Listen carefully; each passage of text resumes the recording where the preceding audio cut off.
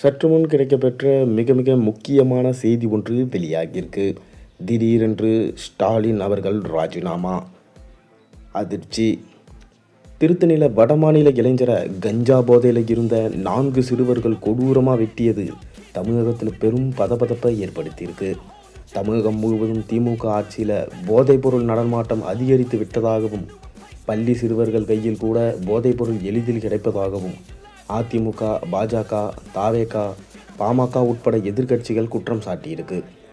இந்த நிலையில் போதைப் பொருளை கட்டுப்படுத்த முடியவில்லை என்றால், சட்டம் ஒழுங்கை காக்க முடியவில்லை என்றால் உங்களுக்கு எதுக்கு ஆட்சி? நீங்கள் ராஜினாமா செய்துவிட்டு போக வேண்டியது தானே என்று முதல்வர் மு.க.ஸ்டாலினிடம் அதிமுக பொதுச் செயலாளரும் எதிர்க்கட்சி தலைவருமான எடப்பாடி பழனிசாமி தெரிவிச்சிருக்காரு. இது தொடர்பாக அவர் என்ன சொல்லியிருக்காருன்னா, திருத்தணி ரயில் நிலையத்தில் நின்று கொண்டிருந்த ஒரு சாமானியர் மீது 2 இளைஞர்கள் சரமாரியா தாக்கிய செய்திகள் வருகின்றன.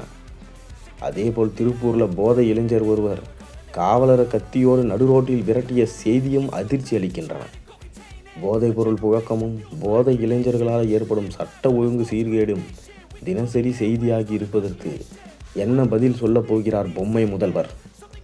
அடுத்த நொடி யார் எந்த போதையில் நம்மை தாக்கப் போகிறார் என்ற உயிர் பயத்திலேயே தமிழக மக்கள் வாழ வேண்டுமா? தமிழ்நாட்டில் கஞ்சாவே இல்லை என்று வெட்கமே இன்றி கூறும் மராத்தான் அமைச்சருக்கு ஸ்டாலின் அரசு மருத்துவமனையில் இருந்த 3 அடி கஞ்சா செடி தெரியவில்லையா? கடந்த ஒரு வாரத்தில் மட்டும் நாகப்பட்டினத்தில் 140 கிலோ, ராமநாதபுரத்தில் 564 கிலோ, திருச்சியில் 4 கிலோ என தமிழகத்தில் பிடிபட்டுள்ள கஞ்சா குறித்த செய்திகள் எல்லாம் இந்த அமைச்சருக்கும் அவரின் தலைவருமான பொம்மை முதல்வருக்கும் தெரியாதா என்ன?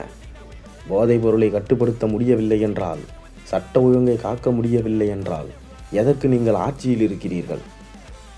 தயவு செய்து ராஜினாமா செய்துவிட்டு திமுகவை விட்டுவிட்டு நீங்கள் ஓடிவிடுங்கள். நிர்வாகம் என்றால் என்னவென்றே தெரியாத திறனற்ற பொம்மை முதல்வரிடம் சிக்கி தமிழ்நாடு தவித்தது போதும். 2026 விடியா ஆட்சியிடம் இருந்து தமிழகம் விடுதலை பெறும் ஆண்டாக அமையட்டும் என தெரிவிச்சிருக்காரு எடப்பாடி பழனிசாமி. இதன் மூலமாக ஸ்டாலின் அவர்கள் மிகவும் அதிர்ச்சி அடைந்ததாகவும், கஞ்சாவை ஒழிப்பதற்காக தங்களால் முடிந்ததை செய்வதாகவும் அவர் சொல்லியிருக்கார்.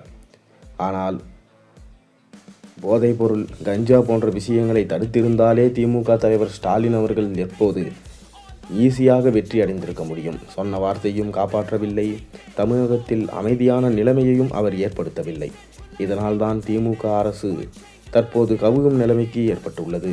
மேலும் ஸ்டாலின் அவர்கள் கண்டிப்பாக தனது ராஜினாமா கடிதத்தை கொடுத்தே ஆக வேண்டும்.